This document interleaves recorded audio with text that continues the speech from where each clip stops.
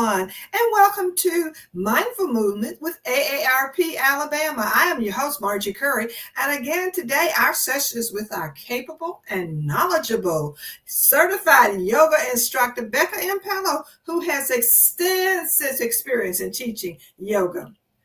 Now, we want you to remember, everybody, that AARP empowers people to choose how they live as they age. AARP is a nonpartisan organization that has over 400,000 members in Alabama alone. AARP is committed to offering opportunities for people to stay engaged from your home, and the Mindful Movement series provides an opportunity to keep moving in the safety of your own home.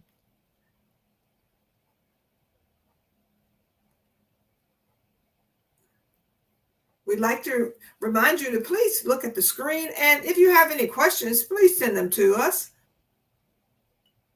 All right, Becca, what do we have today? Good morning, Margie. I'm glad to be with you again. Good to see you again, too. Today, I'm planning what I like to call an all-around practice. That means we're going to move all around the body, and we're going to move all around the different systems that can benefit from mindful movement, like our nervous system, our balance system, our musculoskeletal system. So we'll be doing a little bit of something for the whole body today. Oh, sounds good. Sounds like a very good session this morning, as usual with that. And don't forget, everybody, please check with your physician before you begin any exercise routine. Okay, Becca, you go ahead and take it away. All right, very good. Well, in our mindful movement sessions for yoga, I always base this program out of a chair, which just means that more of us can participate at the level that works for you. And I want to just remind you along that line that you can always be making, or you should always be making, choices about what you're doing based on what you feel is right for you. That may be based on advice you've been given already by medical professionals, or it may be based on just what you're noticing and feeling in the moment, right? So I'm going to be showing you movements, and yours might look different than mine. They might be smaller, bigger, that sort of thing. So just keep that in mind as we progress. You can make choices, and you can skip or modify anything if you want. Now we'll stay seated in the chair for the first couple minutes, and then we'll do some stuff standing where you can have the option to hold on to the chair as needed. All right, so let's sit tall. You might want to scoot forward and get your feet flat on the floor. By the way, I've got bare feet. I just tend to move through a lot of my classes and teaching with bare feet, and it's a great way to get more awareness and more activation going in the feet and the ankles. However, it's not a requirement. If it works better for you to keep your shoes on, no problem. All right, but let's try to get those feet flat on the floor, right? That connection to the ground is going to help us naturally sit up a little taller and feel a little bit more supported in our posture. All right, now let's just start with a little bit of breathing, right? Because breathing is crucial, and breathing is something that we can get a lot of benefit out of when we do it mindfully. So when we pay attention to our breathing, even if we don't try to make any specific changes to our breathing pattern, just the act of observing and paying attention has some good benefits within our nervous system. All right, so one way to help you sense your breath is maybe to place your hands on your body, right? So you can place a hand up on your breastbone, your chest, and or a hand down on your abdomen. If it's more comfortable to put both hands down on the abdomen, any way you want to work it is fine. All right, and then maybe close your eyes, because closing our eyes just helps take our attention a little more inward. So we just have a little more capacity with our vision input decreased to sense into our bodies. All right, so I want you just to start to notice your breathing. Again, like I said, you don't have to try to change it. So if there's anything going on with your breath that makes it difficult to take a deeper breath or a longer breath, don't worry. Just keep paying attention to what you've got going. See if you can detect a rising and a falling in your body as you breathe in and as you breathe out. Even if the movement that you're detecting is small or subtle, that's okay. It can be. If you're just in a quiet breath, it means you might not be moving big. But if you're breathing hard because you're exercising or active, then you're likely to have more movement of your body. Let's take about 3 or 4 more breaths here, just trying to notice your own breath movement in your body.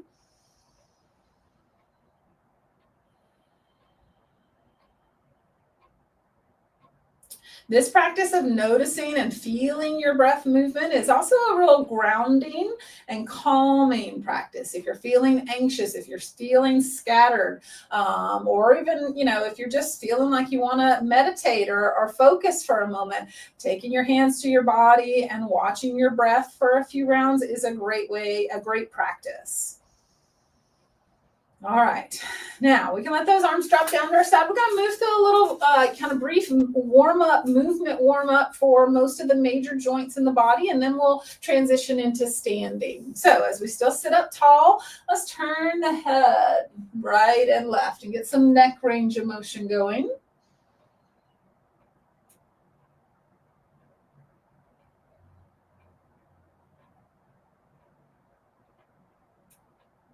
All right, next time that chin moves over to the shoulder, let's take it down across the chest. So it's like I'm tracing, a semicircle with my chin. And then I'll go back the other way and just go in as far as I comfortably can from shoulder to shoulder.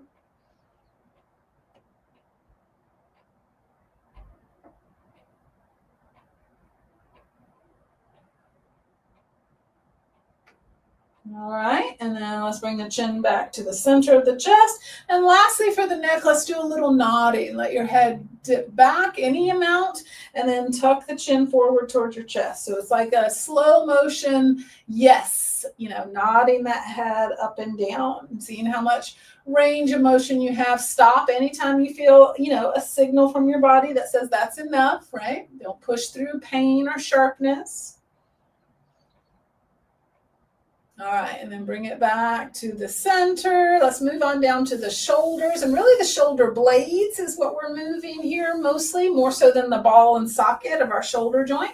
So we're rolling those shoulders up towards the ears and then pulling them back and down and then moving them forward and up. Make this a nice slow movement and see if you can feel some of the squeeze into your muscles there and your upper back and up into the neck. This one always feels to me a little bit like a mini massage, right? Squeezing some of those muscles there. 3 more times, rolling those shoulder blades, getting some mobility there. All right, last one. Now let's move it on down into the actual arms, right? Let's start with the hands. Open and close the fingers, the fists here. Do a nice spread out of the fingers, spread the palm, try to get a little stretch. Maybe a circle of those wrists and hands. Notice if you feel any pops or creaks in those joints there. Go the other direction.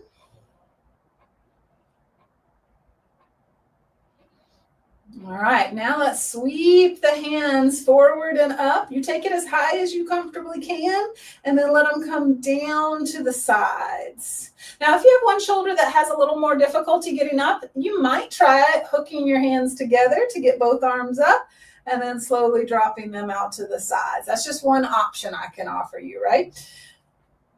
Up and out to the sides. 2 more. Again, you can modify. Your movement may not go quite as high as mine. And maybe you notice one arm moves a little differently than the other. That's pretty common. All right, now we've got the shoulders and the arms moving a little bit. Let's move a little further down to the trunk. All right, so the first movement I want you to make is a side-to-side sliding of the rib cage. Now I'm moving my arms out of the way because it kind of helps you to see what I'm doing. So you could do the same thing and work your arms and shoulder muscles a little bit by holding them up, but it's perfectly fine if you want to leave those arms down at your sides. Now I'm trying to stay grounded on my pelvis, on my hips, and just move the rib cage, the torso from the waist up.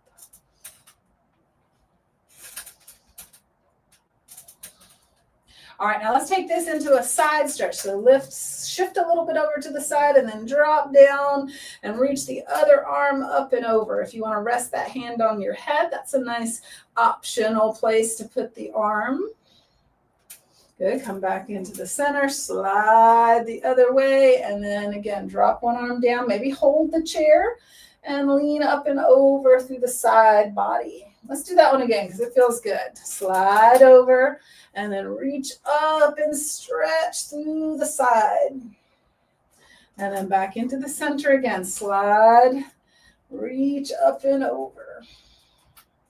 All right, and then bring those arms down. Let's move down to the lower half and get some things warmed up here. What I want you to start with is circling around on your pelvis, right? So I'm going to move slowly in a circle, shifting my weight onto one hip, one cheek, and then through the back and over to the other. You just try to get a little sort of rolling action going for the pelvis and the lower back. You can make this bigger or smaller, depending on how it feels to your body. And then let's reverse direction, right? So let's go the other way. This always reveals how creaky my chair is. I can hear it creaking. All right, last circle around on the pelvis, and then let's warm up the leg muscles themselves a bit with a bit of marching. Now, you might hold on to the chair to help you feel a little more stable and help you stay up tall. If you want to work a little harder, challenge your core to hold the trunk up tall by itself, you can take the arms out to the sides. All right, so as I pick up these legs one at a time, I'm trying not to lean, not to roll back.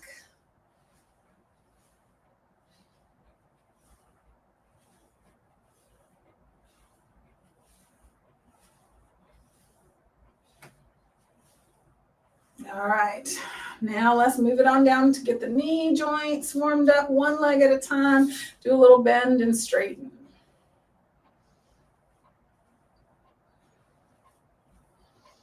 All right, notice how that knee joint feels, right?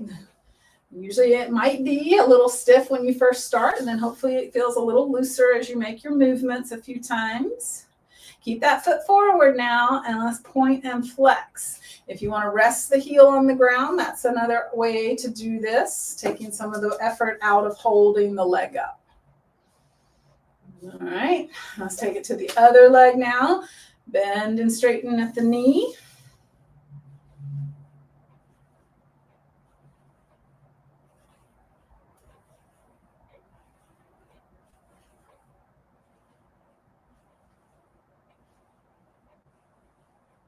All right, keep that leg forward or maybe rest the heel on the ground, point and flex.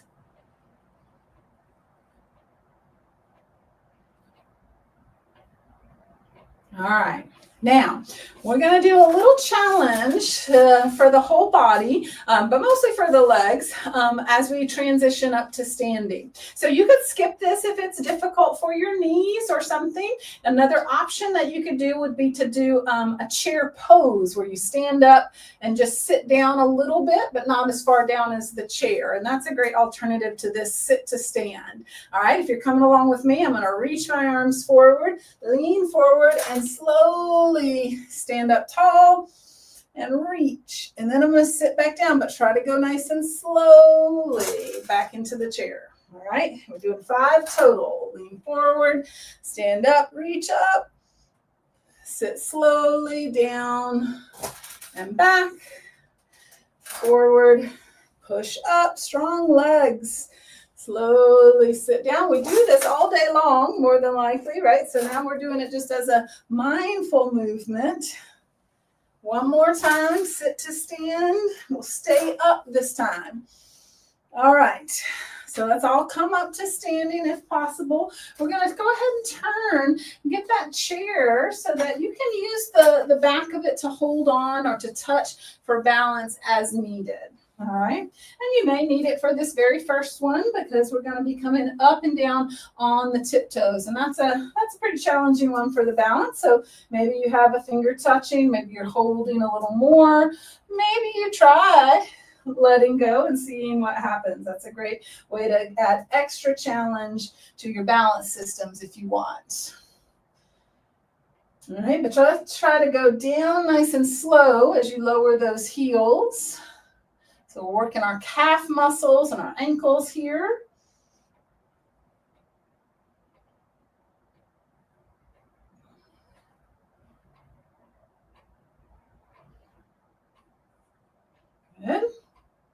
Do about 3 more. Try to go a little slower for these last 3 if possible.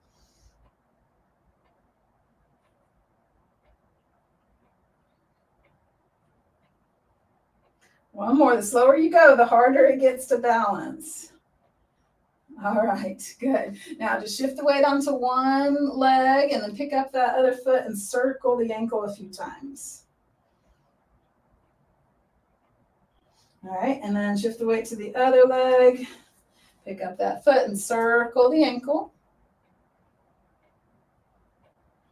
All right, good. Now we're going to take a stance in yoga called warrior 1, in fact. All right, so I'm stepping back with one leg, and I can keep holding on to the chair. Remember, that's an option, or I might feel comfortable letting go. So you have that choice all throughout. All right, so the back knee, we're going to try to straighten that back knee and get a good squeeze in that back buttock, right? It won't do the squeeze automatically necessarily. You may have to put your awareness back there. Really try to push the thigh back.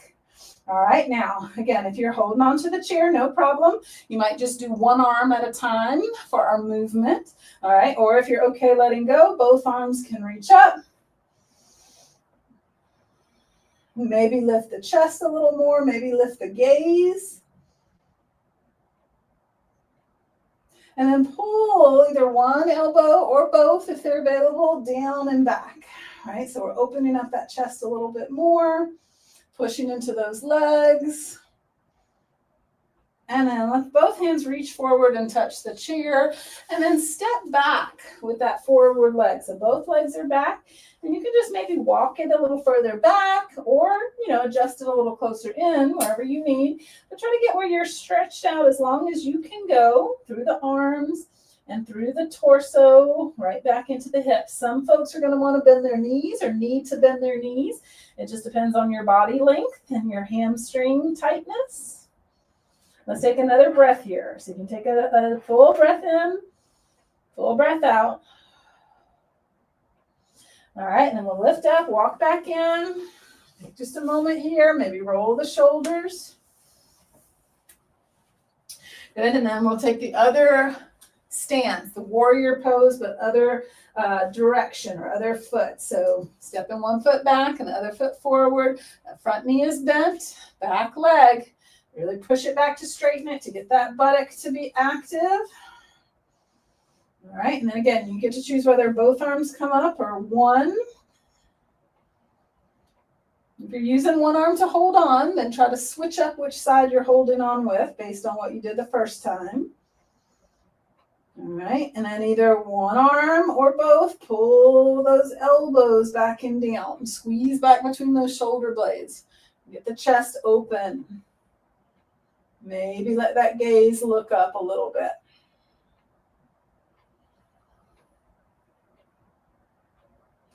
All right, now again, we're going to bring the hands back to the chair and step back. This is a version of downward dog, we could, call it, right? It's a nice way to stretch out the spine. This time around, try to do a little bending and straightening of the knees. So one knee straightens while the other bends.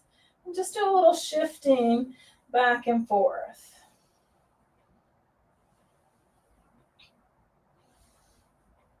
All right. And then walk it back in. All right. Now, I mentioned earlier as an alternative to sit and stand from the chair that you could do chair pose. So now we're all going to do chair pose. Great for strengthening the legs. All right. So I've got my feet about a hip distance apart. And again, I have the chair that I can hold on to if I want. And I'm going to start to shift my weight back and try to sit back and down, right? And then if I feel confident in that balance, I can try letting the arms reach out in front, maybe taking them up closer to my head. That's a little more work on the low back. All right, nice strong legs. Take 2 more breaths here if you can. And then come all the way up. Push slowly with those legs to straighten, lift up, lift up, lift up. Maybe taking a little arch back. And then let those arms drop back down in front. All right, pause. Breathe in, breathe out. All right, now let's change orientation. Let's turn sideways, right, in your space. So again, if you want that chair for some support, it's on one side of you so that you can hold on as needed. Let's take the legs out to a wide stance. And we're going to start with what's sometimes called yoga goddess, because there is a goddess in the Hindu tradition, which is kind of where yoga grew out of, that shows a real powerful stance like this. So it's called yoga goddess. The toes are turned out, the feet are wide, right? And we basically take it down into a wide squat, right? So bending those knees and just dropping down again. You can hold on if you want. Now the arms that you might choose to do with this are kind of mirroring the legs. I'm going to bend the elbows and pull back, have those hands nice and spread wide, right? Again, maybe I'm doing that with one arm and holding on with the other.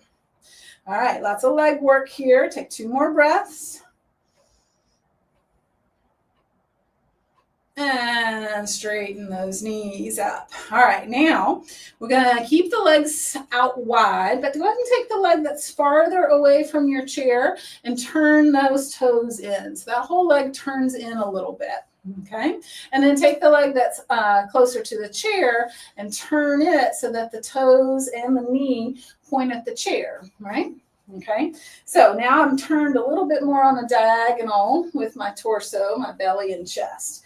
All right, now let's see if we can bend that front knee. All right, just take it to as far of a bend as you want. This is called Warrior 2. All right, another great one for the legs. All right, so I'm pushing into the feet. I reach up to one or both arms, stretch out horizontally. And then here's one of my favorite poses because it's such a nice stretch for the side body. And you can use your chair. It's a great prop, a great thing to have. Or you could come down to your thigh, right? So I'll drop that hand that's closer to the chair, either onto the chair or onto that leg. And then that back arm, I'm going to find a way to take it up close to the ear. Now I could come over the top or I could come sort of down in front. Either way is fine. All right. And then I can just take a little time here, reaching through that arm, stretching down into that far leg there, pushing that foot into the floor and taking a nice long stretch through the side body. Good. And then let's bring it back up. Come back into that Warrior 2. Drop the arms, turn the feet. And just walk the feet together and take a little pause. Now, you might want to just turn around and face the other direction. If you weren't using that chair, then you may not even need to bother with changing things, all right? But we'll take it to a wide-legged yoga goddess stance, turning those toes, turning the knees out, and then taking that squat, maybe adding those arms, pulling back.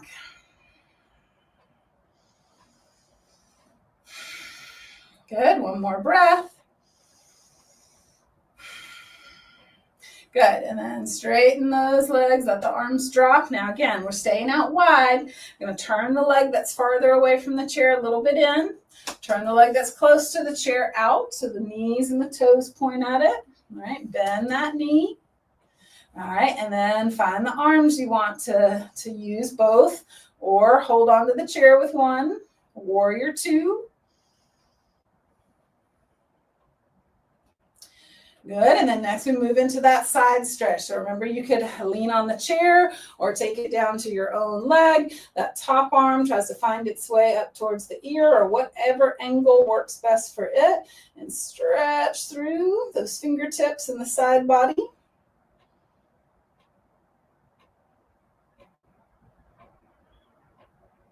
One more breath here. And then come on up. Good. Turn the feet, walk them back in. All right.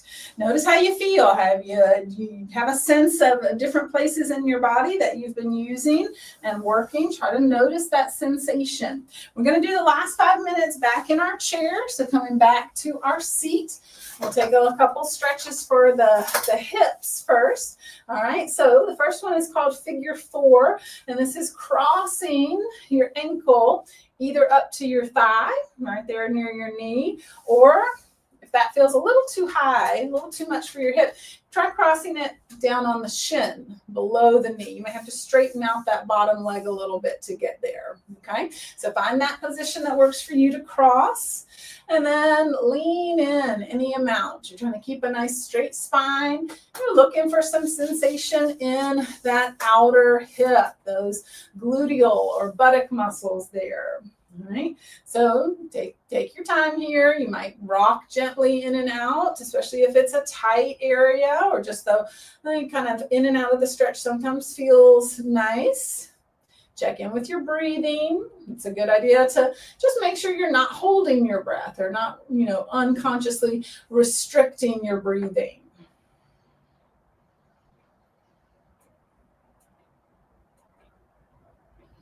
All right, now we can either cross this top leg all the way over, so it's cross knee to knee. If that's an uncomfortable position for you, crossing still at the ankle is fine, or you don't have to cross at all. You could just walk both knees over to the side, right? And then we're turning away from the legs, right?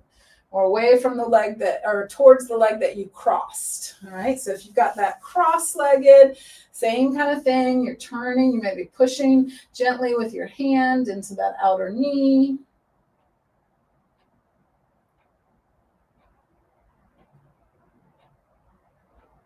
All right, and then back to the center. We're going to switch sides, all right? So again, you're going to choose to cross maybe the ankle to the shin, or the ankle up to the thigh.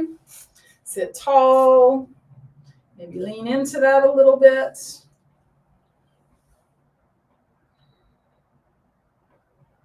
Maybe you're moving in and out of it. Lots of ways you can approach these stretches.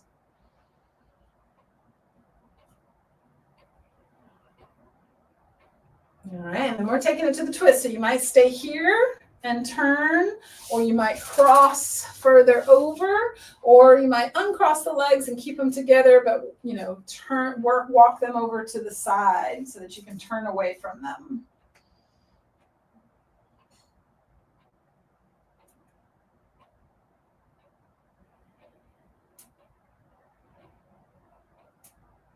All right, I'm taking it back to center, uncrossing and just sitting comfortably in your chair. All right, we're going to finish with a breath technique that's been a favorite of mine lately. One reason I really like it is because it's easy for anyone to do, right? It's called a humming breath, and it's just like it sounds. On the exhales, we're just going to make a soft, low hum, right? Keeping the mouth closed, letting the breath move in and out through the nose. The tone or the sound or the melody is irrelevant. It doesn't matter. But if you're someone who likes to sing, you may like hearing that humming is good for our nervous system and good for our breathing. So let's just try this for 3 rounds of breath, right? Do whatever feels comfortable for you, or choose to skip if you want. You may not hear my hum because it's soft enough that the microphone might not pick it up, okay? So just so you know that, but I am humming. All right, let's do 3 breaths, humming on the exhale.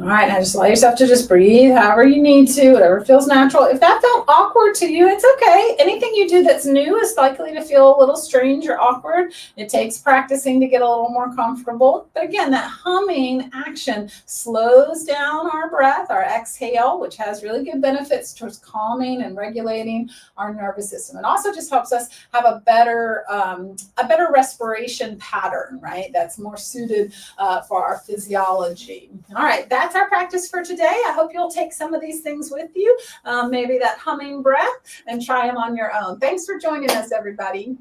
And thank you, Becca, for a very super session today. It's great being a yoga goddess. Okay, we'll see everybody on next Tuesday and for our mindful movement and our yoga session. Bye. Bye. Thanks, everybody.